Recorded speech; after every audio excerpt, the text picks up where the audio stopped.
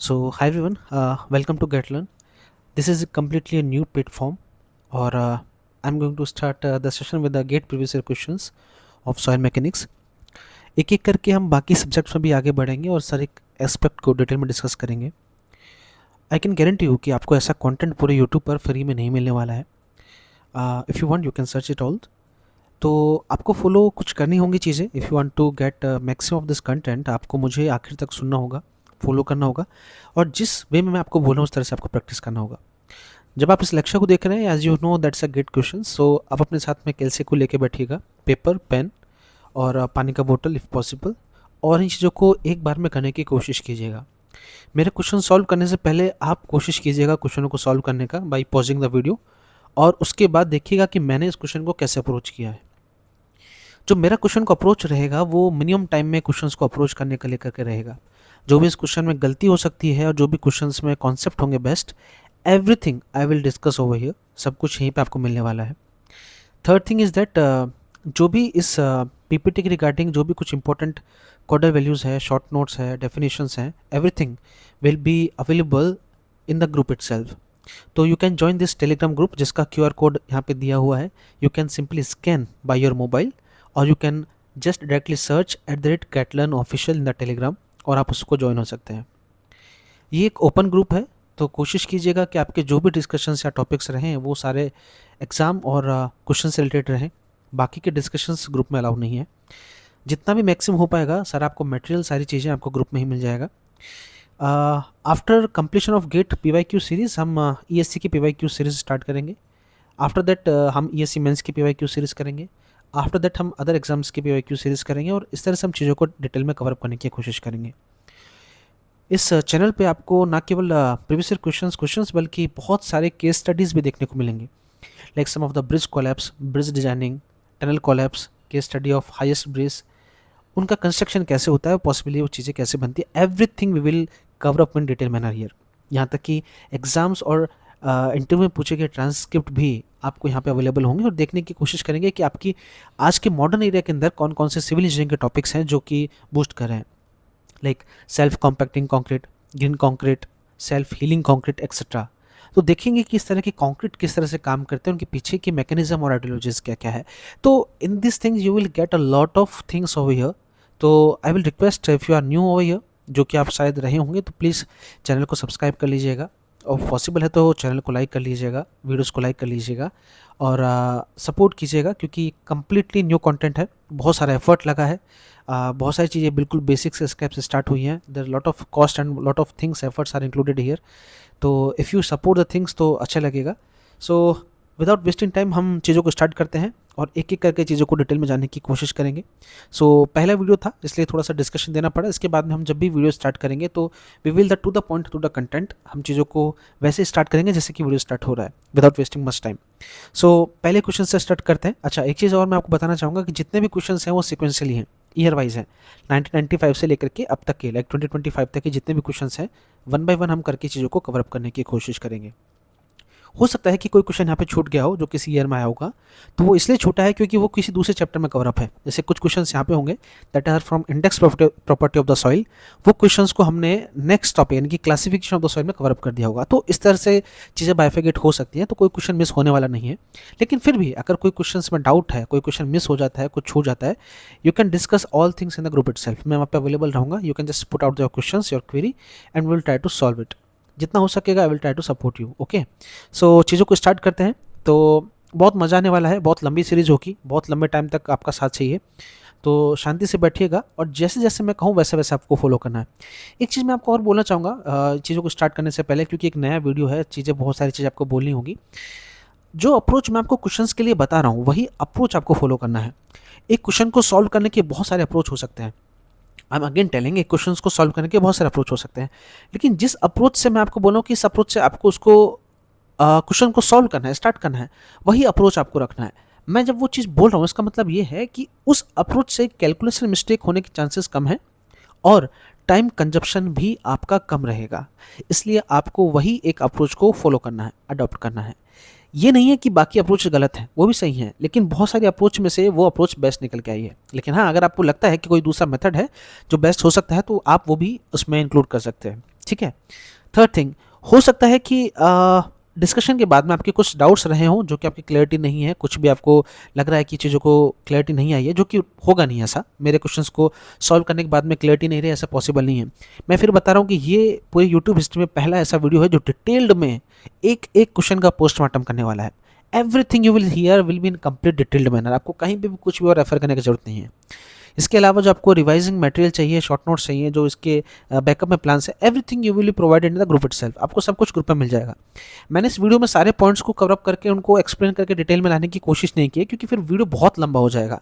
मैं ये एक्सपेक्ट कर रहा हूँ कि आपको बेसिक चीज़ें पता हो, लाइक पोरोसिटी क्या है, वर्ड रेशियो का फॉर्मूला क्या है, वाटर कंटेंट क्या है, इस तरह की चीज़ें आपको पता हो।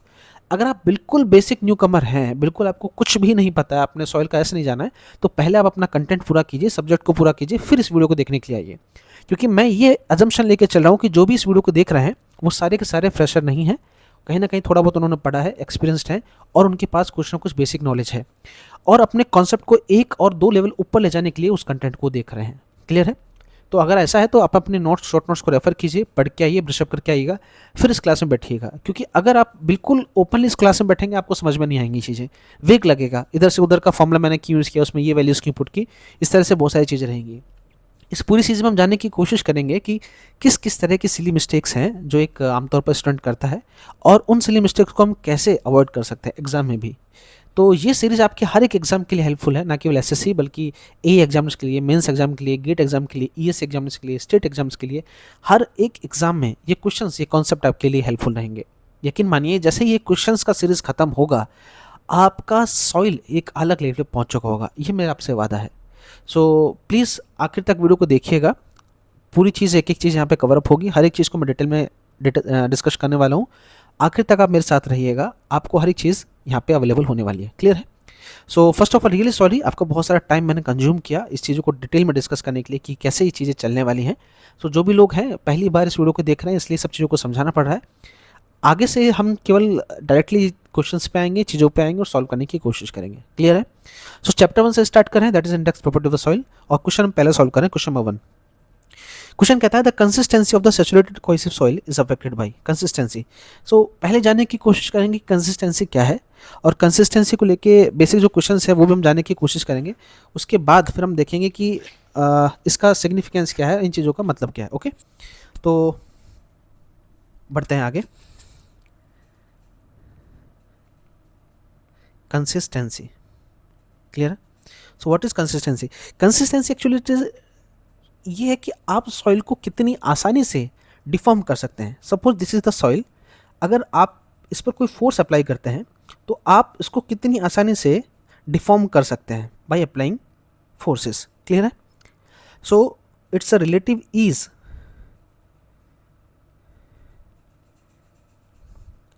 Soil can be deformed. Clear है? तो सॉइल को कितनी आसानी से हम डिफॉर्म कर सकते हैं, that is the consistency of the soil. अब आप इस चीज को जानते हैं कि अगर हमें सॉइल को डिफॉर्म करना है तो हमारा फोर्स उस सॉइल को डिफॉर्म करने के लिए सफिशिएंट होना चाहिए। यानी कि हमारा जो टाइप ऑफ का सॉइल है वो फाइन ग्रेन सॉइल होना चाहिए। ऐसा क्यों? ऐसा इसलिए क्योंकि अगर कोर्स ग्रेन सॉइल रहेगा, बड़े एग्रीगेट्स रहेंगे, उनको आप जितना मर्जी हाथ से फोर्स लगा लीजिए, उनको आप डिफॉर्म नहीं कर पाएंगे, उनको आप क्रश कर पाएंगे। ध्यान से समझना इस बात को। तो जो बड़े साइज के पार्टिकल रहेंगे उनका आपके फोर्स लगाने से डिफॉर्मेशन नेग्लिजिबल निकल के आने वाला है। तो जो भी डिफॉर्मेशन रहेगा that will only limited to fine grain soil, just because कि सॉइल के पार्टिकल छोटे हों और आसानी से डिफॉर्म किए जा सकते हैं। सेकंड पॉइंट क्लियर है? अगली चीज़ जो अगला पॉइंट इसमें इंक्लूडेड है वो ये है कि आप ये देखिए कि अगर आपको सॉइल को डिफॉर्म करना है, अगर आपको सॉइल को माउल्ड करना है, तो उसके लिए आपको उस सॉइल को प्लास्टिक स्टेट में लाना पड़ेगा, क्योंकि प्लास्टिक स्टेट ही वो स्टेट है जहां पर डिफॉर्मेशन पॉसिबल हो पाता है। क्लियर है? तो वो पॉसिबल होगा जब फाइन ग्रेन सॉइल में, अब प्लास्टिक स्टेट कैसे अटेंड होगी, जब आप फाइन ग्रेन सॉइल में वाटर को ऐड करेंगे। By adding water in fine grain soil आपकी प्लास्टिक स्टेट अचीव होगी, जिसको मैं कह सकता हूं कि प्लास्टिक पेस्ट आपका बनेगा, और इस प्लास्टिक पेस्ट को फर्दर आप माउल्ड कर सकते हैं किसी भी एक प्रॉपर शेप में। आई थिंक यहाँ तक चीज़ें सारी क्लियर होंगी। एक ही कॉन्सेप्ट इंपॉर्टेंट है, ध्यान से सुनते रहना मुझे आखिर तक। फाइन ग्रेन सॉइल को अगर आपको माउल्ड करना है तो आपको उसमें माउल्ड करने के लिए उसकी सॉफ्टनेस चाहिए होगी, और वो सॉफ्टनेस, वो फर्मनेस आपको मिलेगी वाटर को ऐड करने से। बात क्लियर है? क्योंकि फर्मनेस आपको मिल रही है तो कंसिस्टेंसी आपको डिग्री ऑफ फर्मनेस भी बताती है।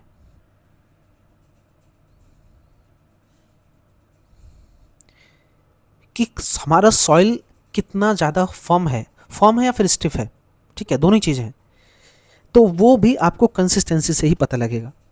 अब ये जो कंसिस्टेंसी का क्राइटेरिया है, इसको एनालिसिस किया गया 4 स्टेट ऑफ कंसिस्टेंसी, और ये दिया हमारे एटरबर्ग भाई साहब ने।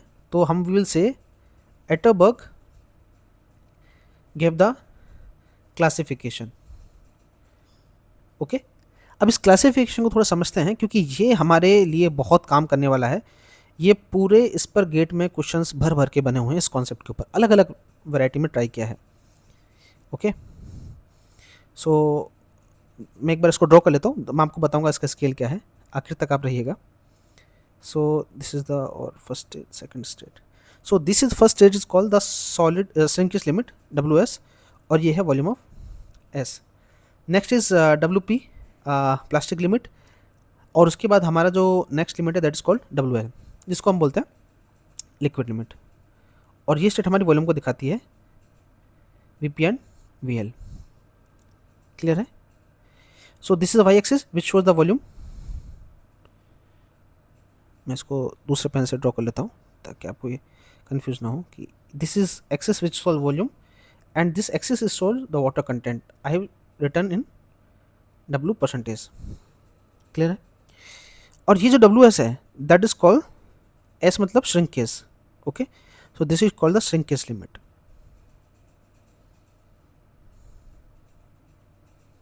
ये श्रिंकेज लिमिट है। यहाँ तक आई थिंक सारी चीज़ें क्लियर हो गई होंगी आपको कंसिस्टेंसी को लेकर के। तो ये कंसिस्टेंसी का एक क्राइटेरिया है जिसमें हम चीज़ों को देखते हैं कि चीज़ें किस तरह से हैं। एक चीज़ मैं आपको और ऐड ऑन करना चाहूँगा इसी जगह पर।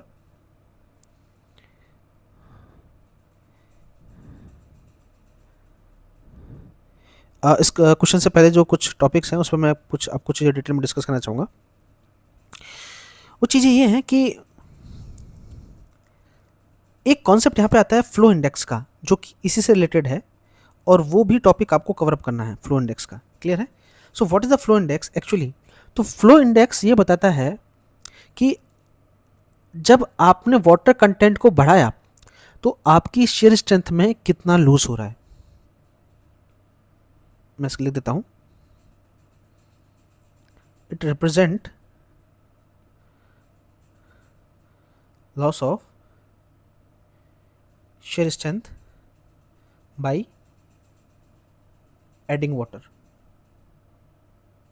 जैसे जैसे आप वाटर कंटेंट को बढ़ा रहे हैं तो आपकी शेयर स्ट्रेंथ कितना कम हो रही है। ध्यान रखना बात को, शेयर स्ट्रेंथ घटने को बताता है। ऑब्वियस बात है, जब आप वाटर कंटेंट को बढ़ाएंगे ओवर द टाइम तो वाटर कंटेंट को बढ़ाने से सॉइल के पार्टिकल रिप्लेस होंगे वाटर से। ये आपके सॉइल के पार्टिकल हैं, जो सॉइल है इसमें जैसे ही आप वाटर कंटेंट ऐड करोगे ओवर द टाइम तो जो सॉइल के पार्टिकल हैं वो कम रहेंगे और बाकी कंटेंट में वाटर ऐड हो जाएगा। वाटर के ऐड होने से आपकी जो शेयर स्ट्रेंथ है that will reduce down water content के बढ़ाने से, राइट? सो इस प्रॉपर्टी के लिए आपको फ्लो इंडेक्स बनाया गया कि आपका सॉइल फ्लो स्टेट पर कितना है, that is called flow index. इससे इसका नाम रखा गया फ्लो इंडेक्स, तो उसके फ्लो को बताता है। तो मैं ये कह सकता हूं कि जो IF है flow index, it is inversely proportional to the shear strength. और मैं कह सकता हूं कि अगर IF फ्लो इंडेक्स ज़्यादा है इसका मतलब शेयर स्ट्रेंथ लॉस ज़्यादा है। अगर शेयर स्ट्रेंथ में लॉस बहुत ज़्यादा हुआ है तो आपकी शेयर स्ट्रेंथ क्या होगी? कम होगी। ये दोनों की पॉइंट इंपॉर्टेंट है आपके लिए, हर एक चीज़ इंपॉर्टेंट है, हर एक टॉपिक के ऊपर बहुत अच्छे अच्छे क्वेश्चंस बनाए हुए हैं, कॉन्सेप्ट जरूरी है, इसलिए मैं इन चीज़ों को पहले डिटेल में डिस्कस कर रहा हूँ। एक चीज़ और, इसके ऊपर एक फ्लो कर्व यहाँ पे बनता है which I am discussing over here. मैं फिर बता रहा हूँ कि एक एक चीज़ से क्वेश्चंस बने हुए हैं, हर एक चीज़ बहुत इंपॉर्टेंट है हर एक एग्जाम के पर्सपेक्टिव से। प्लीज़ मुझे ध्यान से सुनना आखिर तक। यहाँ पे ये है number of blows N1 N2, लेकिन और ये है हमारे इसके regarding water content W1 W2 clear है। लेकिन बात यह है कि ये जो हमारे ब्लोज हैं दैट इज लॉगरिथमिक ब्लॉक्स, तो ये ब्लोज होंगे log of n1 log of n2 के टर्म में। ऐसा क्यों है? ऐसा इसलिए है ताकि हमारे इस कर्व को, इस लाइन को स्ट्रेट बनाया जा सके, क्योंकि ये कर्व जब आपका बहुत ज़्यादा डिग्रीज में बहुत ज़्यादा बड़ी वैल्यूज रहेंगी तो ठीक है, एक कॉन्सेप्ट है जब आपकी बहुत बड़ी वैल्यूज कोई रही होती है, मान लो इस तरह की वैल्यू है, अगर आपको इसको स्मॉल में लाना है तो आपको इसका आगे लॉग लगाने देना है। बहुत सिंपल से एक तरीका है। लॉग में लाने से वैल्यू क्या हो जाएगी? स्मॉल हो जाएगी। और जैसे वैल्यू छोटी होगी ग्राफ पेपर पे एक में अक्यूमुलेट हो जाएगी वैल्यू, और एक जगह ग्राफ पेपर में अक्यूमुलेट होने से क्या है, आपके लिए समझना और उसको एक्सप्लेन करना आसान हो जाएगा। तो इस ग्राफ के लिए हम बात करते हैं कि इसके टर्म में आई एफ क्या होगा, फ्लो इंडेक्स क्या होगा। तो flow index will be what, W1 minus W2 divide by log of N2 divide by N1। Clear है?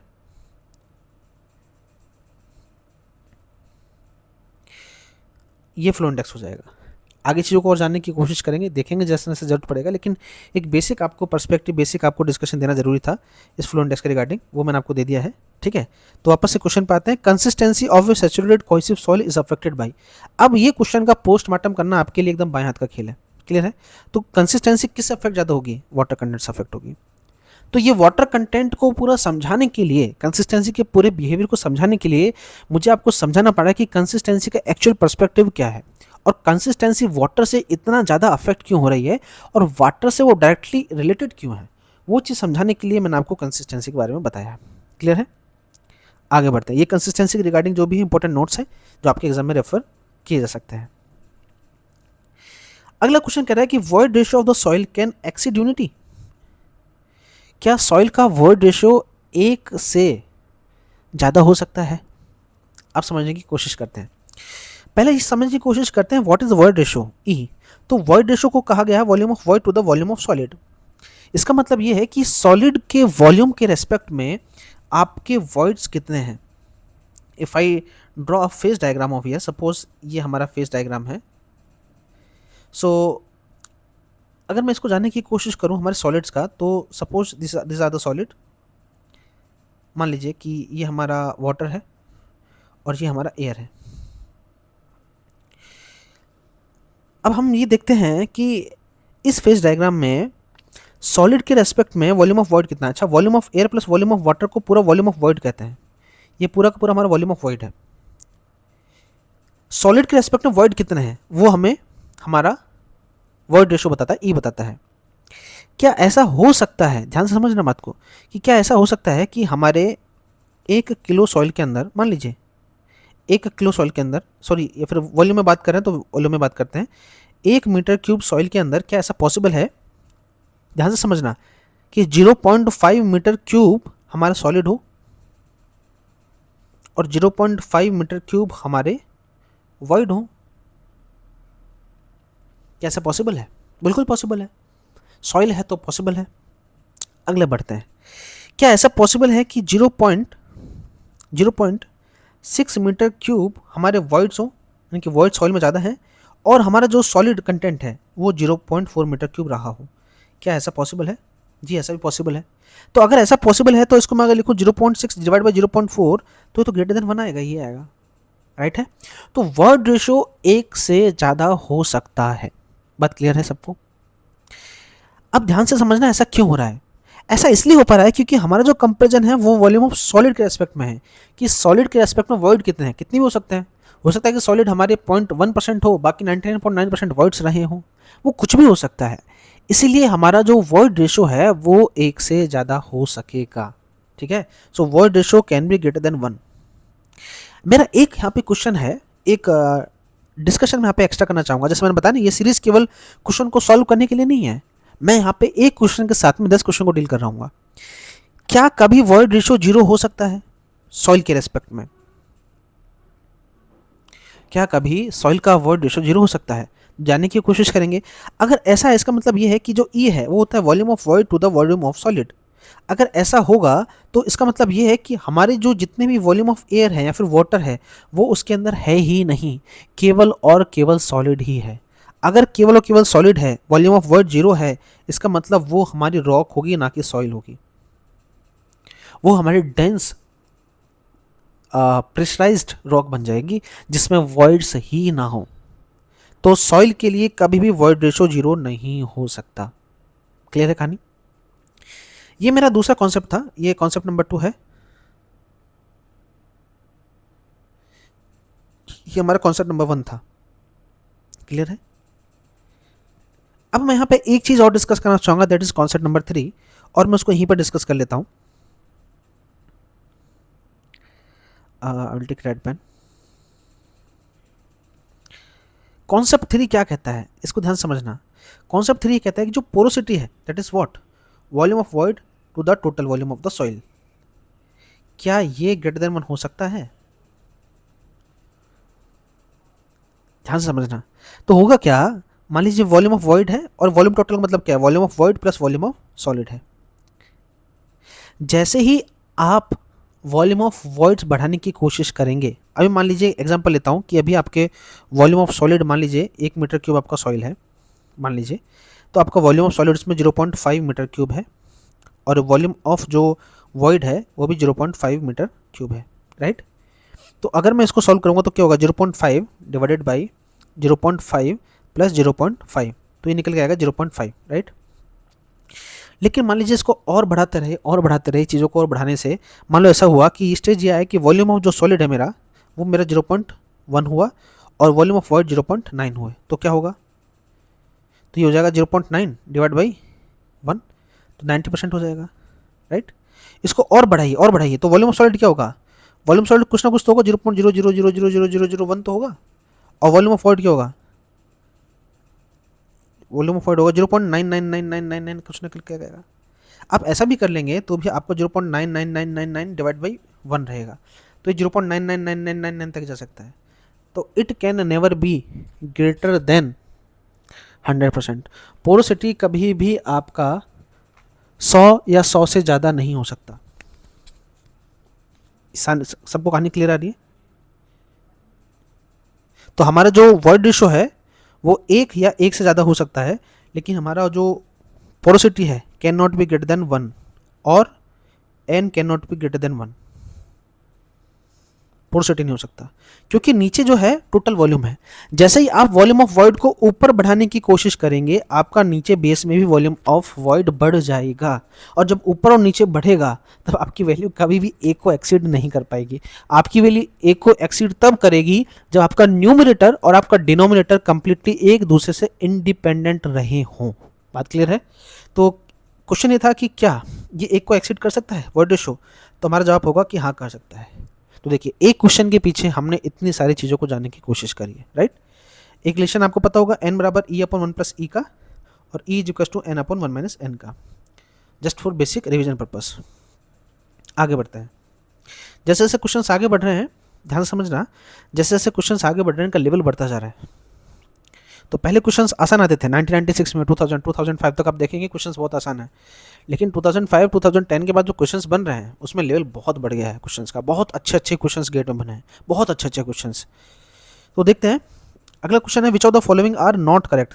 तो पहले तो ये ध्यान रखना है कि क्वेश्चन में पूछा क्या है, करेक्ट या नॉट करेक्ट। यहाँ पे पूछा है नॉट करेक्ट, कौन सा गलत है। तो मैंने जैसे बताया था फॉर्मुलाज में आपको, n बराबर होता है e अपॉन 1 प्लस ई, और e बराबर होता है n अपॉन 1 माइनस एन, ठीक है। तो यहाँ पर सी जो ऑप्शन है वो हमारा इनकरेक्ट है। क्लियर है? इसकी जगह होना चाहिए n is equal to what, e upon 1 plus e. Clear है? ये फॉर्मूला हमारे बहुत काम आएगा, डब्ल्यू जी बराबर ई एस, इसको आप याद रखिएगा। इसके बिना सॉइल पूरा अधूरा है, इंडेक्स प्रॉपर्टी इसके बिना अधूरा है। और गामा जो सेट है वो हमारा निकल के आएगा G plus E upon 1 plus into gamma of water. यहाँ पे कुछ चीज़ मैं और बताना चाहूँगा। गामा ऑफ ड्राई का formula G upon 1 plus E into gamma of water, ये हमारा काम आने वाला है। Gamma of sat G plus E upon 1 plus E into gamma of water. Gamma समझ डायरेक्ट हो जाएगा G minus 1 upon 1 plus E into gamma of water. और हमारा गामा ऑफ बल्क भी कई बार काम में आएगा, that is G plus S e या फिर W G divide by 1 plus E into gamma of water. ये हमारे फॉर्मूलाज काम आने वाले हैं, ये बार बार काम आते रहेंगे, इसलिए मैं इनको बता रहा हूँ कि आपको यहीं पे इन चीज़ों का थोड़ा सा रिवाइज हो जाए तो के लिए अच्छा है। ये फॉर्मूलाज हमारे काम आते रहेंगे। इसके अलावा अगर ठीक है आगे देखेंगे बहुत सारे और भी चीज़ें, अगर कोई काम आएगा तो हम देखे जाएंगे। बाकी एक चीज़ है कि गामा अगर समझ आपको चाहिए तो गामा समझ होगा gamma of saturated minus gamma of water. Clear है? ये कॉन्सेप्ट है। आगे बढ़ते हैं। Consistency index for clay soil is given by, तो कंसिस्टेंसी इंडेक्स का फॉर्मूला क्या है वो ये पूछना चाह रहा है। ठीक है, तो हमने कंसिस्टेंसी इंडेक्स को तो देखा था, डिटेल में चीज़ों को जानने की भी कोशिश की थी, लेकिन अभी वो पूछ रहा है कि कंसिस्टेंसी इंडेक्स का फॉर्मूला क्या है। तो कंसिस्टेंसी इंडेक्स का जो फॉर्मूला है वो दैट इज दिस वन। ठीक है, तो आपको बता भी देता हूँ कंसिस्टेंसी इंडेक्स के लिए। तो I C will be equal to W L minus W N divide by I P. Clear है? Liquid limit minus natural water content divide by plasticity index. Clear है? और जो लिक्विड लिमिट है, liquid limit that is called I L, वो भी इसी के साथ में ही इंटरलेटेड है। वो होता है W N minus W P divided by I P, that is plasticity index, that is called liquid index. Clear है? ये हमारे कंसिस्टेंट इंडेक्स है, ये हमारे लिक्विड इंडेक्स है। और एक चीज़ है कि जब आप आई सी और आई एल को जोड़ेंगे it will be equal to 1। Okay, आप जोड़ के देख लीजिएगा, क्योंकि W N minus W N, तो डब्ल्यू एन से डब्ल्यू एन कट जाएगा, ऊपर आएगा W N minus W P divide by I P, और वो हो जाएगा I P upon I P comes to be 1। Clear है? तो ये हमारा एक कॉन्सेप्ट है जो निकल के आता है। इसके अलावा एक यहाँ पे जो इंपॉर्टेंट चीज़ है, ध्यान समझना मैं क्या बोलना चाह रहा हूँ। यहाँ पे एक जो इंपॉर्टेंट चीज़ है वो है कंसिस्टेंसी इंडेक्स का टेबल। ठीक है, तो कंसिस्टेंसी इंडेक्स का टेबल क्या कहता है कि लिक्विड स्टेट क्या क्या रहेंगी। ठीक है, मैं उसको यहाँ पे लिख देता हूँ। ये सब आपको याद करना है, ये आपको टिप पे रहना चाहिए। जैसे मैं आपको यहाँ पे लिख रहा हूँ, सब कुछ मैंने याद किया है, तो आपकी भी ये चीज़ें टिप पर रहनी चाहिए। लिक्विड स्टेट में है तो मैं अभी केवल पूरा लिख दूँ क्या? ठीक है, डिस्क्रिप्शन मैं इसको हटा देता हूँ, मैं इसको छोटा लिख देता हूँ ताकि मेरी लिखना ईजी रहो। क्लियर है? यहाँ पर लिख देता हूँ consistent index is equal to W L liquid limit minus natural water content divide by I P, and liquid limit will be natural moisture content minus plastic limit divide by I P. Clear है? Liquid से natural moisture content तक लाने के लिए जो water reduction है respect to plus index, वो आपको दिखाएगा कंसिस्टेंसी को। क्लियर है? जो टेबल है मैं उसकी बात कर रहा था, दैट इज लिक्विड स्टेट क्या होगी, लिक्विड होगी कब। यहाँ पे मैं लिख देता हूँ आई सी, यहाँ पे मैं लिख देता हूँ आई एल। ठीक है, अगर आई सी की वैल्यू अगर लेस देन 0 है और आई एल की वैल्यू एक से ज़्यादा है, और वैसे बात है कंसिस्टेंसी इंडेक्स अगर 1 से कम है, वो कब कम होगा? जब आपका डब्ल्यू एल जो है वो कम हो जाए, लिक्विड लिमिट एकदम कम हो जाए। ठीक है, जब आपका डब्ल्यू एल बहुत ज़्यादा कम हो जाए और आपका डब्ल्यू एन बहुत ज़्यादा हो जाए, तभी आपकी वैल्यू लेस देन 0 होगा। उस कंडीशन में क्या होगा? उस कंडीशन में ये होगा कि आपकी वैल्यू ग्रेटर देन 1 हो जाएगी, और जैसे ही आई एल आपका ग्रेटर देन 1 होगा, इसका मतलब ये है कि आपका फ्लो जो है वो लिक्विड स्टेट पे निकल के आ जाएगा। Next one is the plastic state. तो प्लास्टिक स्टेट के अंदर कुछ कैटेगरी आती है, that is very soft, then soft, medium stiff and stiff, there the categories. तो आईसी के अंदर निकल के आता है 0 से 0.25, 0.25 से लेकर 0.5, 0.5 से लेकर 0.75 एंड 0.75 से लेकर 1, और ये सब चीज़ें वैल्यू इंपॉर्टेंट है। क्लियर है?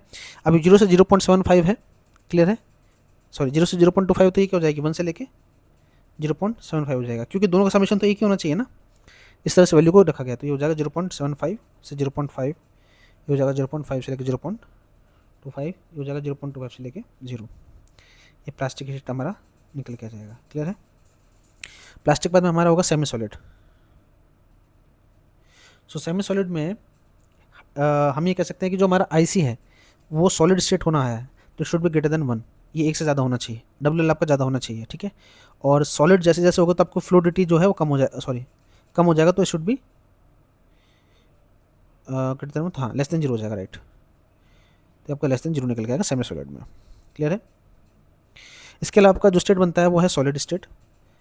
आपका सॉलिड स्टेट में भी क्या होगा, ये वैल्यू ग्रेटर देन 1 होगी और ये वैल्यू आपकी लेस देन 0 होगी। लेस देन 0 मतलब है कि बहुत ज़्यादा नेगेटिव हो जाएगी वैल्यू है। क्लियर है? तो ये आपका सॉलिड का स्टेट रहेगा। तो ये आईसी और आईएल के लिए आपकी वैल्यूज़ है जो आपको याद रखनी है, सारी वैल्यूज़ काम की है। ठीक है, इसको हाईलाइट कर देता हूँ, ये आपका आईसी है और ये आपका आईएल है। क्लियर है?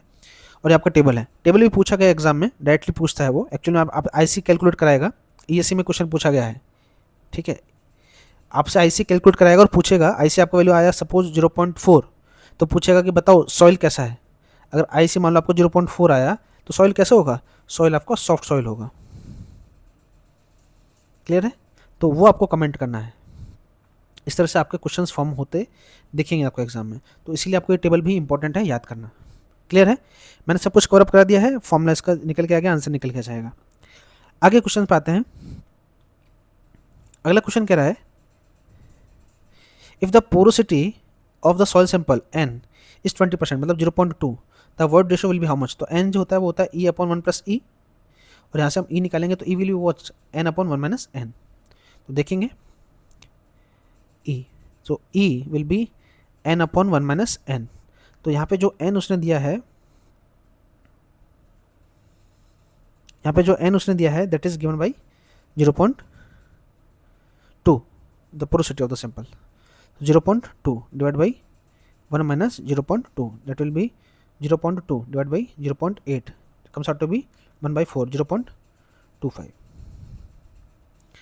तो आपका जो वर्ड रेशो होगा that will come out to be 0.25, answer will be D. Clear है? आगे बढ़ते हैं। जो क्वेश्चन आसान है उसमें हम टाइम पास नहीं करेंगे। The ratio of unconfined compressive strength to the undisturb sample of soil to that of remoulded sample at the same water content is known as. तो that is known as sensitivity. Sensitivity की definition है ये। Sensitivity क्या कहती है? Sensitivity, sensitivity कहती है कि आपकी अनकन्फाइंड कंप्रेसिव स्ट्रेंथ, जब आपका सॉइल अनडिस्टर्ब्ड है, डिवाइडेड बाई आपका अनकन्फाइंड कंप्रेसिव स्ट्रेंथ जब आपका सॉइल रिमाउल्डेड है, उसका जो रेशियो है वो आपको सेंसिटिविटी बताता है। क्लियर है कहानी? और सेंसिटिविटी जो है इट कुड बी, इसका एक टेबल है सेंसिटिविटी का, मैं बता देता हूँ। सो सेंसिटिविटी एंड द डिस्क्रिप्शन, हर एक चीज़ इंपॉर्टेंट है, और जितना भी उस क्वेश्चन से जितना कुछ बन सकता है, I am covering everything over here, आपको कुछ भी एक्स्ट्रा नहीं करना है। क्लियर है? ये आपका सेंसिटिविटी का डेफिनेशन है। ओके,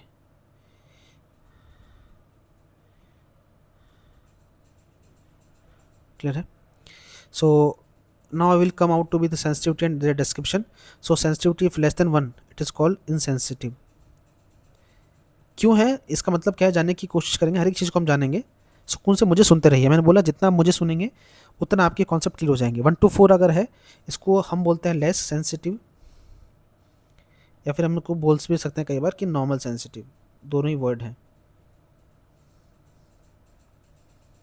क्लियर है? अगला जो है 1 to 4 के बाद 4 to 8 होता है। 4 to 8 का मतलब है कि अभी आपका सॉइल सेंसिटिव होने लग गया है, so it will be sensitive. Next आपका है 8 to 16। 8 to 16 में आपका सॉइल जो है that become extra sensitive. Extra sensitive क्यों हुआ? क्योंकि अभी आपका जो सॉइल है दैट बिकम फ्लोक्युलेंट। और अगला है greater than 16, that is called quick clay. Quick clay का दूसरा नाम है अनस्टेबल। समझिए, इस चीज़ों को जानने की कोशिश करते हैं, एक एक करके हम चीज़ों को देखेंगे और जानने की कोशिश करेंगे। क्लियर है?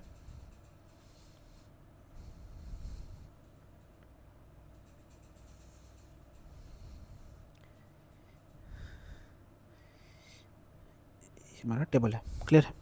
देखिए इसका मतलब क्या है। ठीक है, इसका आंसर तो सेंसिटिविटी हो गया, मैंने लगा दिया। इसका मतलब क्या है? ये आपका कोई सॉइल से, मैं यहाँ पे एक्सप्लेन करता हूँ। I will choose the different colour. ये आपका कोई फील्ड है, इस फील्ड से आपने कोई सॉइल सैंपल यहाँ से लिया। क्लियर है? जब आपने सॉइल सैंपल लिया, उस सॉइल सैंपल, आप कितना भी सॉइल सैंपल को ले लीजिए, और आपका वो सॉइल सैंपल डिस्टर्ब तो होने वाला है। आप कोई भी सैंपलर से इसको ले लीजिएगा, पिक कीजिएगा, कुछ ना कुछ वहाँ पर सेटलमेंट होगा, उस सेटलमेंट से कॉम्पैक्शन से आपका जो सॉइल है वो रिमोल्डेड होने वाला है। तो मान लीजिए मैंने इस ब्लॉक का फिल टेस्ट किया, लैब टेस्ट नहीं है, ठीक है, फिल टेस्ट किया और मुझे पता लगा कि इस सॉइल का स्ट्रेंथ कितना है। मैंने इसको डिस्टर्ब नहीं किया है, सैंपल से सैंपलर को ले जा करके मैंने पिस्टन को ले जा करके मैंने सैंपल को निकाल के और फिर मैं उसको डिस्टर्ब करके उसकी कंप्रेसिव स्ट्रेंथ चेक नहीं कर रहा हूँ, मैंने पहले ही पता किया और उसकी स्ट्रेंथ मान लीजिए कि अनडिस्टर्ब के निकल के आती है 40 किलोन्यूटन पर मीटर स्क्वायर। क्लियर है। बाद में जब आपने उसको रिमोल्डेड किया मान लीजिए, तो रिमोल्डेड के बाद में उसकी स्ट्रेंथ मान लीजिए कि निकल के आती है 20 किलोन्यूटन पर मीटर स्क्वायर। तो अब देखिए जैसे ही कुछ रिमोल्डेशन हुआ, जैसे ही कुछ वाइब्रेशन हुए, सॉइल की स्ट्रेंथ ड्रास्टिकली रिड्यूस हो गया। कौन सी strength? Compressive strength, unconfined. Unconfined मतलब क्या है कि साइड से कन्फाइंड नहीं है वो। अगर मैं इसके रेशियो को देखूं, that comes out to be 40/20, it comes out to be 2, और 2 से ये कह रहा है कि हमारी सॉइल फिर भी ठीक है, नॉर्मल सेंसिटिव है, ज़्यादा सेंसिटिविटी नहीं है, ज़्यादा डिस्टर्बेंसेस सॉइल स्ट्रेंथ में फ़र्क नहीं आएगा, कंप्रेसिव स्ट्रेंथ में फ़र्क नहीं आएगा, right. We are talking about the compressive strength, correct है। लेकिन मान लीजिए कि यही स्ट्रेंथ आपकी 2 हो जाती है, इंस्टेड ऑफ 20 ये आपकी 2 स्ट्रेंथ निकल के आती है, तो अभी आपको जो रेशियो 40/2 ये निकल के आएगा 20, and that is called the quick clay. अब क्विक क्ले का मतलब ये है कि अगर आप इसके ऊपर आपके घर का कंस्ट्रक्शन करेंगे और कुछ भी ज़्यादा वाइब्रेशंस रही होंगी, ज़्यादा स्लाइड डिस्टर्बेंस रहे होंगे, उस सॉइल का कंप्रेसिव स्ट्रेंथ कम निकल के आएगा, और अगर उस सॉइल का कंप्रेसिव स्ट्रेंथ कम होगा तब आपकी स्ट्रक्चर की स्टेबिलिटी भी नहीं रहेगी। दैट्स वाई इसको हम बोलते हैं क्विक क्ले या फिर अनस्टेबल क्ले। तो जब कभी भी आप कंस्ट्रक्शन करेंगे तो ये भी आपको चेक करना है कि सॉइल का सेंसिटिविटी क्या है। वो सेंसिटिविटी आपको यही बताएगा कि उसका रिमोल्डेड के रेस्पेक्ट में आपका अनडिस्टर्ब सॉइल का स्ट्रेंथ कितना निकल के आ रहा है, और उस बेसिस पर, उसकी स्ट्रेंथ के बेसिस पर, उसकी सेंसिटिविटी के बेसिस पर उस पर कंस्ट्रक्शन या फिर उस पर रेमेडी के बारे में सोचा जाता है। देखना पड़ेगा कि हम उसको स्टेबलाइजेशन करेंगे नहीं करेंगे, पाइलिंग करेंगे नहीं करेंगे, सॉइल चेंज करेंगे, या फिर क्या हम उस पर दूसरा चेंज करने वाले हैं, या फिर हम साइड चेंज करेंगे। जो भी कुछ डिसीजंस हैं that will be taken, but ये चीज़ें डिसाइड होंगी सेंसिटिविटी के बेसिस पर। क्लियर है। तो क्वेश्चन पूछा है कि unconfined compressive strength to the undisturb sample to that remoulded sample, उसको हम क्या बोलेंगे? That is called the sensitivity. Clear है। आगे बढ़ते हैं। If soil is dried beyond shrinkage limit it will show. अगर सॉइल को हम श्रिंकेज लिमिट के बियॉन्ड भी इसको हम ड्राई करते हैं तो क्या इसमें कुछ चेंज होगा, वॉल्यूम चेंजेस होंगे? तो मैंने इसको ऑलरेडी पहले ही एक्सप्लेन कर दिया था वैसे तो, लेकिन इसको मैं ऑलरेडी अब दोबारा एक्सप्लेन कर देता हूँ। सपोज दिस इज और एक्सिस, तो ये हमारा मैंने करो आपको बना के बताया था, this is shrinkage limit, this is plastic limit, and this is called the liquid limit, right. W S के रेस्पेक्ट में वी एस हो जाएगा, इसके रेस्पेक्ट में Vp और Vl, that is called volume, and that is a water content W on the x-axis। Question ये कह रहा है, ध्यान समझना, क्वेश्चन ये कह रहा है अगर मैं सॉइल को, ये मेरा श्रिंकेज लिमिट है, इसके बियॉन्ड भी ड्राई करता हूँ। ड्राई का मतलब क्या है? वाटर कंटेंट का कम होना। ध्यान समझना, इट्स सेइंग ड्राइड, ड्राइड मतलब क्या है? वाटर कंटेंट का कम होना। क्लियर है। तो अगर मैं श्रिंकेज लिमिट से पीछे भी जाता हूँ तो वॉल्यूम में चेंजेस होंगे या फिर वॉल्यूम कांस्टेंट रहेगा? आप देखिए वॉल्यूम कांस्टेंट है, so no volume change will be the answer. Clear है। तो श्रिंकेज लिमिट क्या है? Any reduction in volume leads to not change. क्यों? क्योंकि अगर इसके बाद कुछ वॉल्यूम में चेंज होता है तो वो एयर से ऑक्यूपाई हो जाता है और इसके कारण उसमें वॉल्यूम में कोई चेंज नहीं होता। बात समझ में क्या कहना चाह रहा हूँ? इसके बाद जैसे आप इसको ड्राई करने की कोशिश करेंगे, WS के बियॉन्ड आप इसको ड्राई करने की कोशिश करेंगे, तो ड्राई करने के रेस्पेक्ट में क्या होगा कि वाटर कंटेंट जो है आपका वो तो कम होगा, ठीक है। तो डिक्रीज क्या होगा? आपका वॉल्यूम ऑफ वाटर कम होगा, और वॉल्यूम ऑफ वाटर आपका जितना कम होगा वो वॉल्यूम ऑफ एयर जो है वो उसको ऑक्यूपाई कर लेगा। यानी कि मान लीजिए कि आपका 0.2 मीटर क्यूब आपका वॉल्यूम ऑफ वाटर कम हुआ, तो 0.2 मीटर क्यूब की एयर उसके अंदर आ गई और टोटल जो वॉल्यूम है वो आपका कांस्टेंट ही रहेगा। जब आप श्रिंकेज लिमिट के बियॉन्ड उसको ड्राई कर रहे हैं, ध्यान रखना ड्राई कर रहे हैं। अगर वेट करेंगे तो वॉल्यूम चेंज होगा, वाटर कंटेंट का बढ़ाएंगे तो वॉल्यूम चेंज होगा, क्लियर है। लेकिन अगर ड्राई कर रहे हैं या फिर वाटर रिडक्शन कर रहे हैं, तब आपका वॉल्यूम में कोई चेंज नहीं आएगा।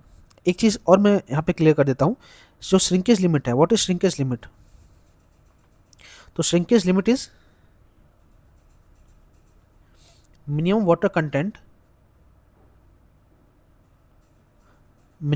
Content eight which soil is completely saturated. एक तो ये डेफिनेशन होती है। दूसरी डेफिनेशन और भी है कि maximum water content beyond which maximum water content at which further increase in water content and does not change in volume। दोनों को समझने की कोशिश करते हैं। देखिए, ये जो डेफिनेशन है दो तरह से दी गई है। इसका मतलब क्या है, दोनों डेफिनेशन समझने की कोशिश करते हैं। पहले कह रहा है कि minimum water content eight which solid is complete saturated. मुझे बताइए, मैं अगर इस पॉइंट पर बात करता हूँ, इस पॉइंट पर पेन चेंज कर लेता हूँ, I pick up the blue pen. अगर मैं इस पॉइंट पर बात करता हूँ, इस पॉइंट पर, तो क्या मेरा सॉइल सैचुरेटेड है? बिल्कुल है, क्लियर है। मेरा सॉइल तो सैचुरेशन यहीं से स्टार्ट हो गया, ये मेरा सॉइल सारे सैचुरेटेड ही है, क्लियर है। क्या मेरा इस पॉइंट पर सॉइल सैचुरेटेड है? हाँ है। क्या मेरा इस पॉइंट पर सॉइल सैचुरेटेड है? 1 point, second point, third point, यहाँ पे मेरा सॉइल सैचुरेटेड है। क्या मेरा इस फोर्थ पॉइंट पर सॉइल सैचुरेटेड है? हाँ, इस पॉइंट पर भी मेरा सॉइल सैचुरेटेड है। क्या मेरा ये फिफ्थ पॉइंट पर सॉइल सैचुरेटेड है? आंसर है नहीं। फिफ्थ पॉइंट पर अब सॉइल मेरा सैचुरेटेड नहीं रहा। सैचुरेटेड मेरा केवल यहीं तक ही सॉइल होगा। इसके बाद मेरा फर्दर वाटर में वॉल्यूम में उसके बाद फर्दर जो वाटर कंटेंट में रिडक्शन किया जा रहा है, उसके बदले वाटर को रिप्लेस कर रहा है एयर। तो सैचुरेशन क्या हो गया? 100% से कम हो गया। तो मुझे बताइए कि इन सारे पॉइंट में सबसे मिनिमम वाटर कंटेंट किस पॉइंट पर है, जिस पर वॉल सैचुरेटेड है? फोर्थ पॉइंट पर है। तो फोर्थ पॉइंट को ही कहा गया श्रिंकेज लिमिट। वही कह रहा है कि minimum water content eight which soil is complete saturated. क्योंकि मैक्सिमम तो और भी पॉइंट है, 3 पॉइंट इससे मैक्सिमम वहाँ पे भी सैचुरेटेड है, 2 पर भी सैचुरेटेड है, लेकिन वो मैक्सिमम वाटर कंटेंट है। मिनिमम टू मिनिमम कौन सा पॉइंट होगा? मिनिमम टू मिनिमम जो पॉइंट होगा that will called shrinkage limit at which the soil is completely saturated. ये बात क्लियर सबको? अच्छा, दूसरी डेफिनेशन दी गई उल्टे तरीके से, maximum water content beyond there is no volume change in water. अब इसको दूसरी तरह से देते हैं। क्या यहाँ पे वॉल्यूम चेंज हो रहा है? नहीं हो रहा। यहाँ पे वॉल्यूम चेंज नहीं हो रहा, यहाँ पे वॉल्यूम चेंज नहीं हो रहा, यहाँ पे वॉल्यूम चेंज नहीं हो रहा। क्या यहाँ पे वॉल्यूम चेंज हो रहा है? नहीं हो रहा। क्या यहाँ पे वॉल्यूम चेंज हो रहा है? हो रहा है। तो इन सारे पॉइंट में मैक्सिमम पॉइंट कौन सा है जहाँ पर जिसके बियॉन्ड वॉल्यूम चेंज नहीं हो रहा? तो वो मैक्सिमम पॉइंट यही है जिस पर कि वॉल्यूम चेंज नहीं हो रहा है। बात समझ में आ रहा है? तो दोनों तरह से डेफिनेशन को दिया गया, एक तो दिया गया राइट साइड से, एक दिया गया लेफ्ट साइड से, और दोनों ही श्रिंकेज लिमिट को शो करता है। मैंने आपके यहाँ पे बहुत सारे कॉन्सेप्ट क्लियर कर दिए हैं, यकीन मानिए बहुत सारे डाउटफुल है चीज़ें, बहुत सारी चीज़ें हैं, लेकिन इसके बियॉन्ड आपका भी जो डाउट है वो सारे खत्म हो गए। आगे आते हैं। कुछ क्वेश्चन जो डायरेक्ट सिंपल नहीं होंगे हम डायरेक्टली देखेंगे, उन पर डाटा डिटेल में डिस्कस नहीं करेंगे। पहला कह रहा है कि principle involve in the relationship between submerged unit weight and saturated unit weight of soil. तो कॉन्सेप्ट ये कहता है कि जो हमारा सबमर्ज्ड यूनिट वेट है, gamma submerged, that will be gamma saturated minus gamma of water. तो सबमर्ज्ड वेट क्या होता है? सैचुरेट में से अगर हम वाटर कंटेंट को घटा दें, that will the submerged weight. और ये बॉयंसी ऑफ वेस्ट है। एक्चुअल में ये है कि हमारा जो सॉइल पार्टिकल है वाटर कंटेंट में डूबा हुआ, उस पर कुछ ना कुछ गामा ऑफ वाटर भी लग रहा होगा, और ये उसका गामा सेट है।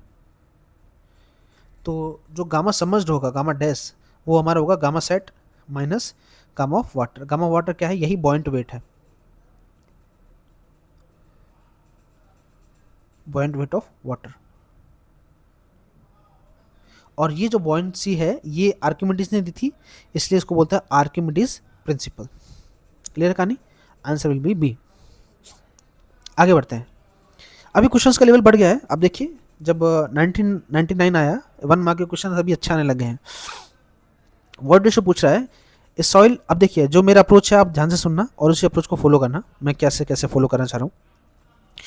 ये सॉइल से नेचुरल स्टेट है, मास ऑफ इतना, वॉल्यूम इतना, after been oven dried mass soil का इतना है, the void ratio of natural soil will be how much. देखो, मेरे पास गामा डी मेरे को मिल जाएगा या फिर रो डी मेरे को मिल जाएगा। So first of all what is rho D? Dry density G upon 1 + E into rho of water. ये करेक्ट है। रो डी क्या होता है? Mass of dry density upon volume of soil upon G upon 1 + E into rho of water. Clear है? तो मास soil का dry कितना है? 2.035 kg डिवाइडेड बाई वॉल्यूम कितना होगा? 1.15 into 10⁻³ divided by g is how much? 2.68. So 2.68 divide by 1 + e into rho of water कितना होगा? 1000 होगा। यहाँ से जैसे मैं e निकालूंगा it will come out to be 0.5154। आप कैलकुलेट कर लीजिएगा, मैंने कर लिया है। तो इसके नियर बाई आंसर जो होगा दैट विल बी 0.53। हम इस तरह से इस क्वेश्चन को सॉल्व कर सकते हैं। तो यहाँ पे अगर किसी को डाउट है तो बता सकता है। ये हमारे क्वेश्चन का अप्रोच है। आप कमेंट कर सकते हैं और ग्रुप में बता सकते हैं। क्लियर है? ये मेरी एक अप्रोच रहेगी जिससे मैं इस क्वेश्चन को सॉल्व कर सकता हूँ। This is the approach 1। एक अप्रोच 2 भी है, वो भी आप अडॉप्ट कर सकते हैं अगर आपको चाहें तो। That is volume approach. Volume approach क्या कहती है? देखिए, जो मेरा गामा सॉलिड होगा वो क्या होगा? Weight of solid to the volume of solid. तो वॉल्यूम ऑफ सॉलिड जो होगा that will be weight of solid divide by gamma of solid हो जाएगा। अब वेट ऑफ सॉलिड कितना है? उसने दिया है 2.035, क्योंकि वो केजी में है, न्यूटन में कन्वर्ट करने के लिए 9.81 हो जाएगा। क्लियर है? गामा एस कितना है? गामा एस है, अच्छा गामा सॉलिड निकालना पड़ेगा मुझे। गामा सॉलिड कितना हो जाएगा? गामा सॉलिड होगा 2.68 specific gravity into 9.81, that will B 2.68 into 9.81। ये हमारा वॉल्यूम ऑफ सॉलिड आ जाएगा, सॉरी गामा ऑफ सॉलिड आ जाएगा। समझ में आ गई? तो गामा ऑफ सॉलिड क्या है भाई? स्पेसिफिक ग्रेविटी 2.68 और उसको मैंने मल्टीप्लाई कर देना 9.81 ताकि न्यूटन में कन्वर्ट हो जाए। ये सब न्यूटन में है इसलिए, है ना? ये न्यूटन पर मीटर क्यूब में, चलो किलोमीटर पर मीटर क्यूब में, और ये भी किलोमीटर में कन्वर्ट हो जाता है कि किलोमीटर पर मीटर क्यूब में हो जाएगा। तो हमारा जो वॉल्यूम निकल के आएगा वो मीटर क्यूब में निकल के आएगा। That is in kilo Newton, that is in kilometre पर मीटर क्यूब। क्लियर है? तो ऐसा करने से जो हमारा वॉल्यूम निकल के आएगा that is 0.7593 into 10⁻³ metre cube. यहाँ पे कोई डाउट हो तो बताइए। क्लियर है? वॉल्यूम सॉलिड निकल गया, टोटल वॉल्यूम मुझे दे रखा है। तो वॉल्यूम ऑफ वॉइड क्या होगा? Total volume minus volume of solid. Total volume उसने दे रखा है 1.15 है सॉइल का, 10⁻³ माइनस 0.7593 इंटू 10⁻³। तो निकल के आएगा 0. इसको मुझे कैलकुलेट करना पड़ेगा, मेरे पास इसका आंसर नहीं है। 1.15 माइनस 0.7593, 0.3907 निकल के आएगा। 3907 इंटू 10⁻³ मीटर क्यूब निकल के आएगा। राइट? अब मुझे निकालना ई, वर्ड रेशो ई होता है, तो that is volume of void to the volume of solid. तो वॉल्यूम ऑफ वॉइड कितना है? 0.3907 divided by volume of solid. Volume of solid कितना है? 0.7593 इंटू 10⁻³। ये हो जाएगा 10⁻³।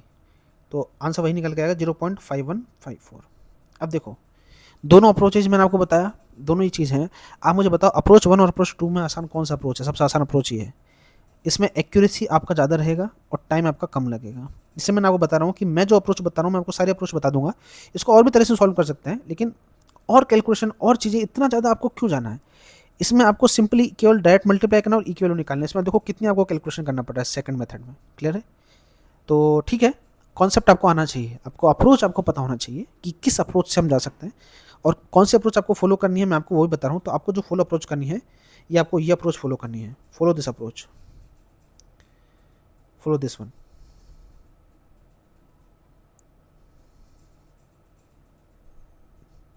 क्लियर है? तो मज़ा आ रहा होगा आपको, धीरे धीरे चीज़ें और चीज़ें एडवांस होना स्टार्ट हो जाएंगी एक एक करके, ठीक है। अगला क्वेश्चन है toughness index of the soil. तो ये भी हमारे लिए सबके लिए नॉर्मल ही है, सो मैं इसको फिर बता देता हूँ। What is toughness index? Toughness index, so toughness index actually बताता है कि सॉइल की प्लास्टिक लिमिट पर शेयर स्ट्रेंथ क्या है। सो मैं लिख देता हूँ, represents the shear strength eight plastic limit. देखिए, हमें शेयर स्ट्रेंथ सॉइल की प्लास्टिक लिमिट पर पता करना ज़्यादा ज़रूरी है, क्योंकि सॉइल स्टिफ में कैसा बिहेव कर रहा है वो हमारे लिए ज़्यादा इम्पोर्टेंट नहीं है। हमारे लिए ये जानना ज़्यादा इम्पोर्टेंट है कि सॉइल पार्टिकल में हमने जैसे ही वाटर मिलाया और सॉइल हमारा प्लास्टिक स्टेट पर पहुंचता है, तो नॉर्मल जो ओरिजिनल सॉइल था और जो हमारा सॉइल अभी प्लास्टिक स्टेट में पहुंचा है,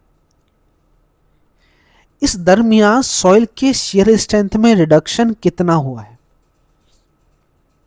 पहले सॉइल का स्ट्रेंथ मान लीजिए 20 था, बाद में 10 हुआ है, तो हमें देखना है कि क्या ये गैप ज़्यादा तो नहीं है। क्योंकि अगर हमारा सॉइल का टफनेस इंडेक्स बहुत तेजी से, सॉरी, हमारे सॉइल का अगर शेयर स्ट्रेंथ बहुत तेजी से लूज हो रहा है, तो हमारे लिए वो कर कंस्ट्रक्ट कर पाना हमारे लिए मुश्किल हो जाएगा उस सॉइल के ऊपर। तो हमको ये टास्क भी है कि हम उसका टफनेस इंडेक्स भी पता कर पाएं। तो टफनेस इंडेक्स आईटी जो होता है वो होता है plasticity IP divide by if.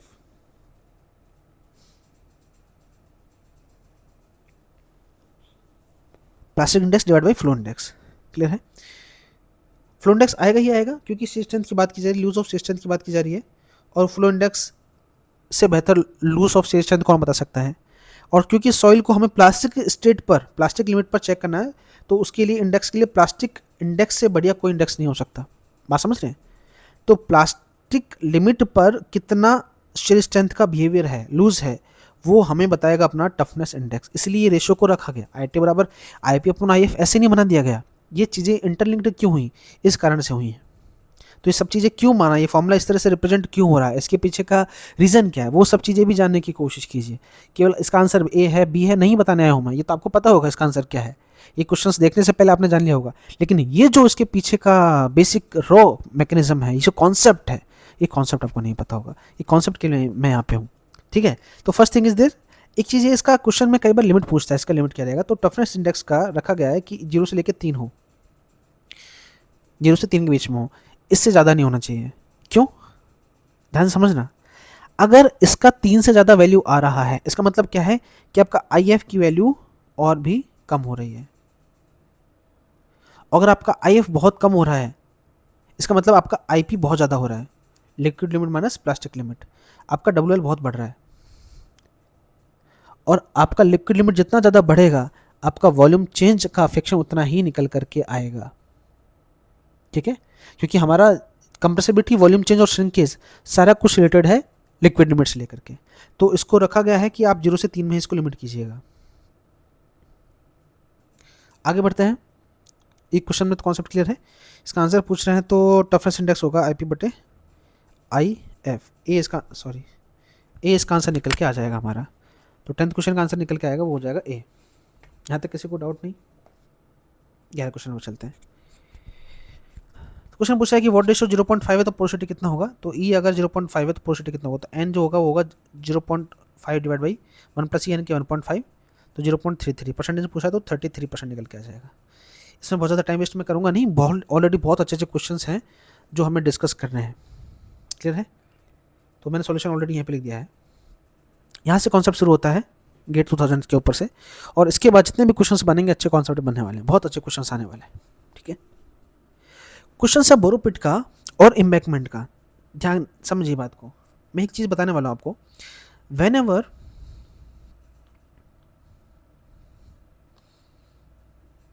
concept, whenever you find questions of borrow pit and embankment, आपको दो चीज़ें ध्यान रखनी है। क्या याद रखना है कि दोनों में या तो आप वॉल्यूम ऑफ सॉलिड को सेम कर दीजिए, या फिर आप दोनों में वेट ऑफ सॉलिड को सेम कर दीजिए।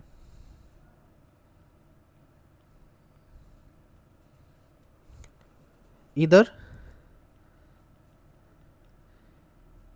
वॉल्यूम ऑफ सॉलिड उसको सेम कर दीजिएगा, या फिर आप वेट ऑफ सॉलिड को कांस्टेंट कर दीजिएगा, क्योंकि ये दो ऐसी चीज़ें जो कभी चेंज नहीं होता। सॉलिड का वेट तो कांस्टेंट रहेगा ना, सॉइल का वेट चेंज होता है, और सॉइल का वेट इसलिए चेंज होता है क्योंकि मॉइस्चर कंटेंट चेंज होता है। हो सकता है कि इसके अंदर वर्ड रेशो अलग हो, मॉइस्चर कंटेंट अलग हो, इसके अंदर वर्ड रेशो अलग हो, मॉइस्चर कंटेंट अलग हो, एयर अलग हो, सिचुएशन अलग हो, लेकिन जो सॉलिड है, सॉलिड तो कांस्टेंट रहेगा क्योंकि सॉलिड का वेट चेंज नहीं होता, या फिर सॉलिड का वॉल्यूम चेंज नहीं होता, दोनों चीज़ें हैं। तो दोनों पे हम इसको करने वाले हैं। अप्रोच कैसे करेंगे समझना। तो जो भी लोग सॉल्व करना चाह रहे हैं कर सकते हैं, लेकिन मैं भी आपको बता रहा हूँ कि इसको अप्रोच कैसे करना है। एक बोरोपिट है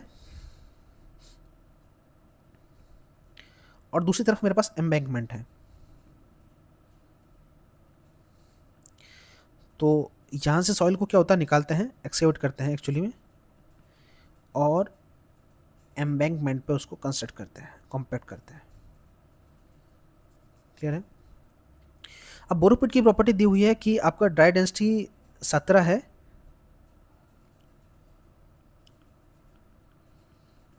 पर मीटर क्यूब है, और ये कह रहा है कि how many cubic metre of the soil of this soil will be required to construct embankment of 100 metre cube. वो कह रहा है कि कितना वॉल्यूम चाहिए इसका, सॉरी,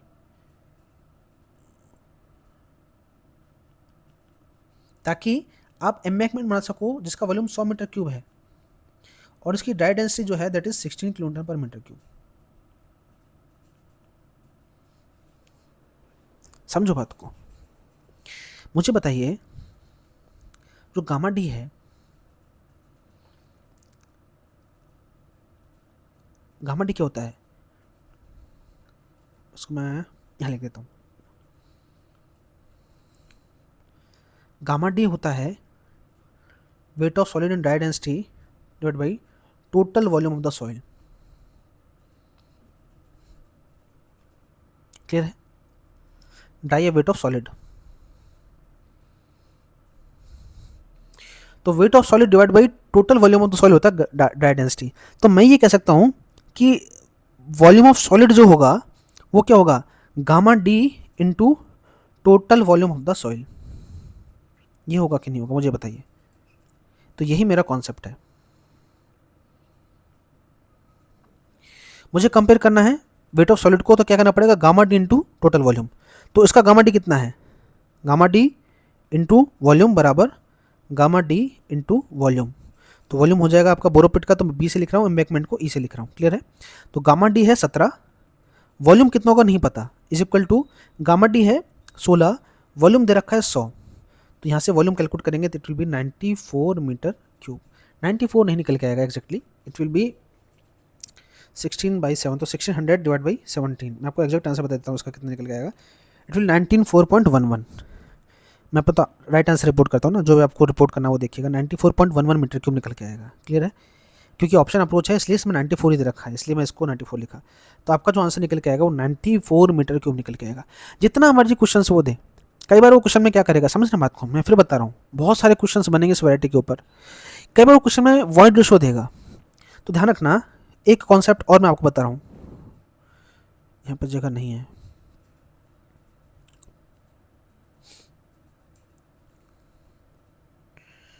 क्या मैं यहाँ पे लिखूँ, स्पेस एक्चुअली है नहीं,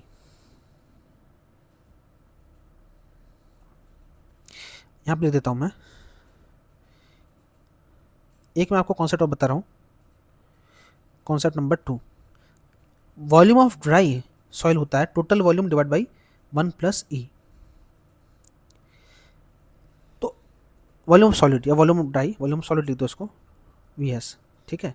तो क्या करेगा वो, वॉइड रेशो के टर्म में बात करेगा, वॉइड रेशो देगा, बोरोपिट का इतना है, या फिर वाटर कंटेंट इतना है, सैचुरेशन इतना है, जी इतना है, इस तरह से। तो आपको क्या करना पड़ेगा, वॉल्यूम ऑफ सॉलिड को कंपेयर करना पड़ेगा। कैसे करेंगे, total volume divide by 1 plus E of borrow pit बराबर total volume divide by 1 plus E of embankment. और आपका पूरा फोकस होना चाहिए ई को निकालने के ऊपर। वो ई देगा नहीं जल्दी आसानी से, और बहुत सारे नाटक करेगा, ठीक है। एक ड्राई डेंसिटी इतना रहा, या फिर बल्क डेंसिटी इतना रहा, वाटर कंटेंट इतना है, स्पेसिफिसिटी इतना है, जो भी कुछ आपको तिगड़म लगा करके आपका पूरा फोकस होना चाहिए वॉइड रेशो को निकालने के ऊपर। वॉइड रेशो को निकाला, आपका कंपेयर कीजिए, वॉल्यूम आपका निकल के आ जाएगा। या फिर ऐसा भी पूछ सकता है कि वॉइड रेशो ही कितना होगा टोटल वॉल्यूम देकर के, वो भी क्वेश्चन बन सकता है। कॉन्सेप्ट यही रहेगा, वी एस बराबर V T upon 1 plus E, या फिर gamma D into total volume. इन दोनों ही कॉन्सेप्ट के ऊपर सारे क्वेश्चन फ्रेम होते हैं। या तो वॉल्यूम ऑफ सॉलिड को कंपेयर करेगा, या फिर वेट ऑफ सॉलिड को कंपेयर करेगा। ये आपके ऊपर है, जो आपको अच्छा लगता है कर लीजिएगा। मेरा अप्रोच आपको बता दिया है, कॉन्सेप्ट आपको बता दिया है, जो मर्जी क्वेश्चन आपको हिट करना है, सारे क्वेश्चन इससे हिट हो जाएंगे। आगे बढ़ते हैं। The void ratio on specific give to soil इतना इतना, degree of saturation corresponding to water content कितना होगा। तो मैंने आपको बताया था, एक आपको बाद में काम आएगा WG बराबर ES वाला फॉर्मूला, और ये क्वेश्चन में आपको बार बार काम आता रहेगा। तो क्या पूछ रहा है, डिग्री ऑफ सैचुरेशन S पूछ रहा है, तो S क्या हो जाएगा, S will be WG upon E हो जाएगा। क्लियर है। तो W वाटर कंटेंट 20% दे रखा है, तो 0.2 इंटू G आपको हो जाएगा 2.72 है ना, 2.72 डिवाइड बाई 0.65। तो कैलकुलेट करेंगे, it will be come out to be 0.8369, that is 83.7%। Clear है।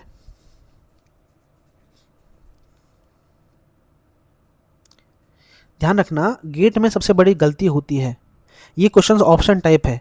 अगर ये न्यूमेरिकल आंसर टाइप होता तो वो बोलता कि अपनी वैल्यू को रिपोर्ट करो। तो देखना कि इस क्वेश्चन में उसने बोला है इन परसेंटेज। ध्यान रखना, उसने डिग्री ऑफ सैचुरेशन को फ्रैक्शन में नहीं पूछा, परसेंटेज में पूछा है। इसलिए आपका जो आंसर होगा दैट विल बी 83.7, यानी कि आपको मल्टीप्लाई करना पड़ेगा 100 से। क्लियर है। अगर वो पूछता कि सैचुरेशन कितना होगा, परसेंटेज नहीं देता अगर वो, तो आपका जो आंसर है सैचुरेशन का वो निकल के आता है 0.837। ये आपको ध्यान रखना। एक गलती जो और होती है, वो पूछता है इन इंटीजर फॉर्म। आपको आंसर रिपोर्ट करना है इंटीजर की फॉर्म में, तो आपका नियरेस्ट इंटीजर क्या होगा इसका, S बराबर 0.84। और अगर परसेंटेज में पूछेगा, आपका नियरेस्ट इंटीजर परसेंटेज में पूछेगा, दैट विल बी 84%। ये बहुत गलतियां होती हैं, तो आपको ध्यान से समझना है क्वेश्चन को कि वो क्वेश्चन क्या है। ऑप्शन वाला है, NAT टाइप है। अगर NAT है तो अलर्ट हो जाइए। देखिए क्या पूछा, वो इंटीजर में पूछ रहा है, नॉन इंटीजर में पूछ रहा है, फ्रैक्शन में पूछ रहा है, परसेंटेज में पूछ रहा है। उसी के अकॉर्डिंग अपने आंसर को रिपोर्ट कीजिएगा। कई बार वो पूछता है क्वेश्चन में अप टू 3 डेसिमल, तो 3 डेसिमल तक आपको आंसर देना है। पूछता है 2 डेसिमल, तो 2 डेसिमल में आपको आंसर देना है, राउंड ऑफ करके। ठीक है। तो ये सारे आपकी गलती होती हैं। ठीक है। 2 डेसिमल पॉइंट, 3 डेसिमल पॉइंट, मैं आप इसलिए बता रहा हूँ क्योंकि मैं इन सब चीज़ों से गुजर चुका हूँ। ये सारी गलतियाँ होती हैं एग्जाम में।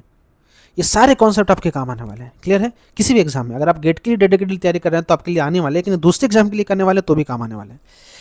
अगला क्वेश्चन है, वॉइड रेशो दिया है, उसने अलग अलग स्टेट पर पूछा रिलेटिव डेंसिटी कितना होगा डिपॉजिट का, यानी कि ID पूछना चाह रहा है वो, सोइल का डेंसिटी इंडेक्स कितना होगा।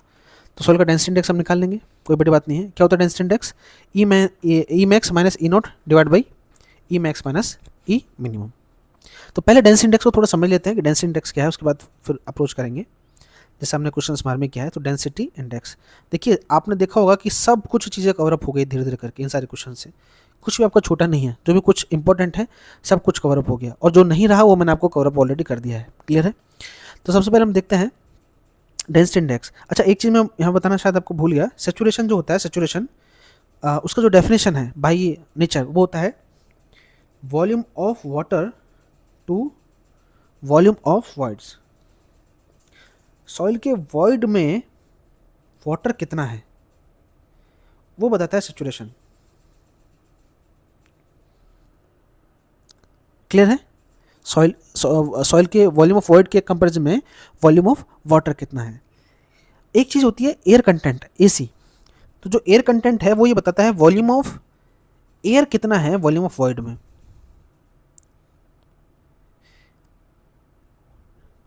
तो ये आपका जो बताता है वो आपका AC बताता है, एयर कंटेंट, कि आपके वॉल्यूम ऑफ वॉइड के कंपैरिजन में वॉल्यूम ऑफ एयर कितना है। ये दोनों चीज़ इंपॉर्टेंट है, और दोनों को आप जोड़ोगे तो SC प्लस A जो होगा वो 1 निकल के आएगा।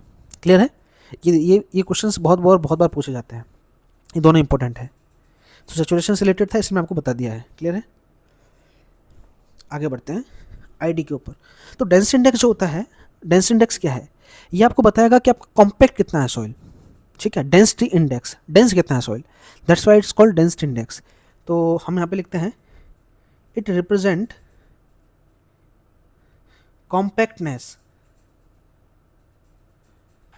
Compactness of cohesionless soil.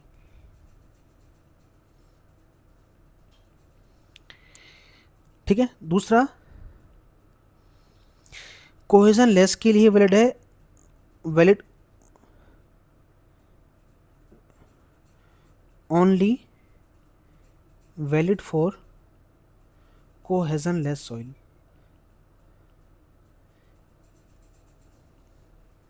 Cohesive के लिए वैलिड नहीं है। सवाल आता है ऐसा क्यों? जवाब आपको मिल जाएगा जब आप इसका देखेंगे फॉर्मूला रिप्रेजेंटेशन।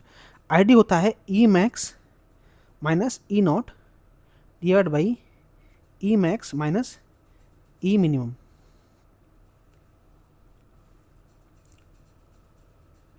इसका मतलब क्या है, आपका एक सॉइल पार्टिकल है, उसका आपको ई मैक्स निकालना है। मैक्सिमम लूज कंडीशन के अंदर आपको वॉइड रेशो कितना होगा? क्या आप किसी एक कोहेसिव सॉइल का ई मैक्स निकाल सकते हैं? कोहेसिव सॉइल का आप ई मैक्स नहीं कैलकुलेट कर सकते, क्योंकि जैसे आप ई मैक्स कैलकुलेट करना आएंगे सॉइल सैंपल ब्लफ हो जाएगा, फैल जाएगा। और जैसे आप उसका ई मैक्स मैक्सिमम वॉइड रेशो नहीं निकाल सकते, इसलिए आपका आईडी निकालना मुश्किल हो जाएगा। यही रीज़न है कि आपका जो डेंसिटी इंडेक्स है वो कोहेसिव सॉइल के लिए वैलिड नहीं है, क्योंकि कोहेसिव सॉइल के लिए आप ई मैक्स डिटरमाइन नहीं कर सकते। क्लियर है? ये आपका डेंसिटी इंडेक्स है, सॉइल का ई मैक्स कितना है, ई नॉट मतलब साइड कंडीशन पर कितना आपका ई आ रहा है। आप साइड पे गया, आपने देखा सॉइल सैंपल का कितना ई नॉट निकल रहा है बल्क डेंसिटी पर साइड पर या फिर नॉर्मल सॉइल का, और उसके ई मैक्स माइनस ई मैक्स के कंपेरिजन में आपका आईडी कितना है वही आपको डेंसिटी इंडेक्स बताता है। ये ई मैक्स के टर्म में है, लेकिन यहाँ पे कुछ फॉर्मूला और भी है आईडी का, that is V max minus V not divide by V max minus V minimum. ESC में क्वेश्चन आ रखे हैं इसके ऊपर, ये इंपॉर्टेंट है। डाई डेंसिटी के टर्म में भी आईडी का फॉर्मूला होता है, तो मैं इसको इक्वल करके लिख देता हूँ। अब यहाँ पे मैक्सिमम वॉल्यूम कब निकल के आएगा, जब आपकी डेंसिटी मिनिमम रहेगा, तो 1 gamma D minimum minus 1 gamma D divide by 1 gamma D minimum minus 1 gamma D max. ये दोनों ही डेंसिटी इंडेक्स के इंपॉर्टेंट फॉर्मूलाज हैं। एक यहाँ पे और कॉन्सेप्ट है जो काम आता है, वो उसका टेबल है। सो आईडी और डिग्री ऑफ डेंसनेस या कॉम्पैक्टनेस। ठीक है, ये टेबल भी इंपॉर्टेंट है। तो ये टेबल क्या कहता है, ये टेबल ये कहता है आपकी वैल्यू कितनी है, 0 से 15, 15 से 35, 35 से 65। ये याद होना चाहिए, सब कुछ आपको टिप पर होना चाहिए। 65 से 85, 85, 85 से 100। तो याद कैसे करना है, very loose, loose, medium dense, dense, very dense. तो very loose, loose, medium, dense and very dense. Clear है? कई बार आईडी पूछेगा बताइए सॉइल का प्रॉपर्टी कैसा है, सॉइल कौन सा है, तो आप यहाँ से उसको डिटरमाइन करेंगे, आईडी को निकाल के सॉइल आपका कौन सा निकल के आने वाला है। अभी क्वेश्चन दिया हुआ है तो उसमें फॉर्मूला हम सॉल्व करने की कोशिश करेंगे, क्योंकि पीछे जगह नहीं है इसलिए हम इसको यहीं सॉल्व करेंगे। So I D will be E max, maximum कितना है 0.6 है, सॉइल कंडीशन में 0.4 दे रखा है, ई मैक्स 0.6 है और ई मिनिमम अपना 0.2 है। तो कितना निकलेगा 0.2 डिवाइड बाई 0.4 निकल के आएगा 50, यानी कि 50%। तो डेंसिटी आईडी कितना निकल के आएगा, 50% will be the ID. Clear है? तो अब मुझे बताओ कि अगर 50% आईडी है, इसका मतलब क्या है, हमारा सॉइल देखिए मीडियम डेंस, तो हमारा सॉइल क्या होगा, मीडियम डेंस होगा। Soil is medium. देखिए क्वेश्चन का आंसर निकालना मेरे पर्पज नहीं है, मैं फिर बता रहा हूँ, इस क्वेश्चन का पूरा पोस्टमार्टम करना मेरे पर्पज है। दैट्स वाई मैं फिर बार बार आपको बोलना चाह रहा हूँ कि इस क्वेश्चन का आंसर देखने के लिए मैं यहाँ पे नहीं आया हूँ, मैं इस क्वेश्चन को पूरा समझाने के लिए यहाँ पे आया हूँ। तो soil particle with the medium dense. तो आगे और भी क्वेश्चन हैं, लेकिन थोड़ा और कॉन्सेप्ट इन्वॉल्व है, तो आज इस सीरीज़ को यहीं रखते हैं, फिर मिलते हैं नेक्स्ट क्लास में। तब तक के लिए आप ग्रुप ज्वाइन कर सकते हैं, आपको कोई डाउट है आप कमेंट कर सकते हैं या फिर ग्रुप में पूछ सकते हैं। Thank you for watching the video, thank you.